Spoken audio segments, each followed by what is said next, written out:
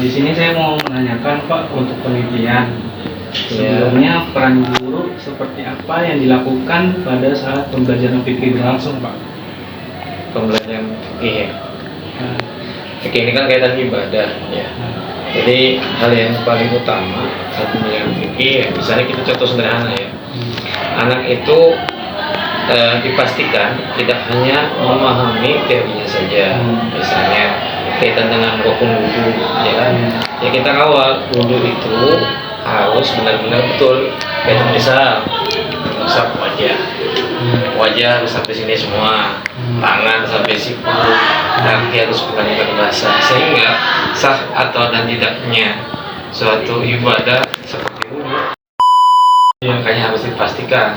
Setelah pembelajaran di kelas selesai, guru itu mendampingi siswa untuk wudu sekalian diarahkan ya, kemudian termasuk di dalamnya pengawasan atau pengawalan saat sholat berjamaah. Berarti membimbing lah istilahnya. Membimbing, harus dibimbing. Meskipun anak-anak SMP sudah lebih dewasa ya ketimbang SD, namun yang namanya anak-anak kan dunianya masih perawan. Iya. Terus ada berapa program yang dilaksanakan oleh guru pada saat pembelajaran fikih, Pak? Program di kelas.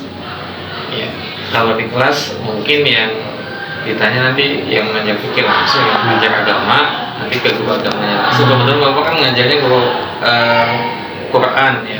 Terus tadi yang tadi saja untuk jawaban yang Faktor pendukungnya seperti apa ya pada saat pembelajaran di dalam kelas? Faktor pendukung dan penghambatnya seperti apa? Kalau faktor pendukung, insya Allah dari saraf pras gitu, dan guru di sini insya Allah memadai gitu kan. Paling kendalanya ya sederhana saja, anak-anak paling bercanda di kelas gitu-gitu aja, nggak ada masalah. Terus bagaimana cara guru untuk mementoring pembelajaran tersebut? Mementoring. Ya, kalau pembelajaran ya seperti tadi ya, artinya teori ini tidak hanya sekedar teori ya, dia harus berbasis praktek.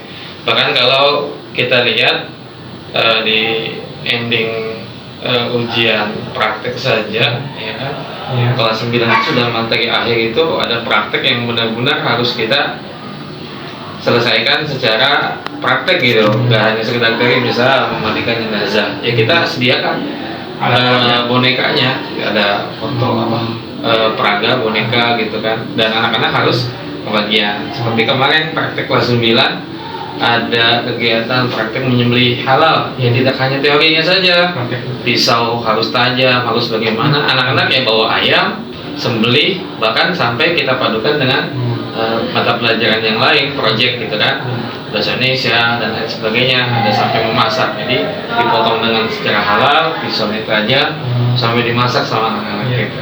Kedisiplinan apa yang diterapkan oleh guru kepada siswa pada saat sholat berjamaah? Kedisiplinan ya artinya begini, anak-anak itu difahamkan sholat itu tidak hanya sekedar kewajiban ya kan, namun kebutuhan ya. Kenapa? Kalau hanya sekedar kewajiban biasanya jadi beban. Kalau difahamkan sholat itu kebutuhan, anak-anak akan sadar diri gitu kan, dan kemudian disampaikan jam istirahat jam sekian sampai jam sekian, jam makan jam sekian termasuk jam sholat gitu kan. Jangan sampai kita itu menjadi orang yang terdisiplin, jam sholat digunakan makan, jam makan digunakan sholat, nah, itu kan melanggar ya. Nah, Pak, makasih banyak Pak ya. Ya, sama-sama, sukses selalu ya. Kasih deh.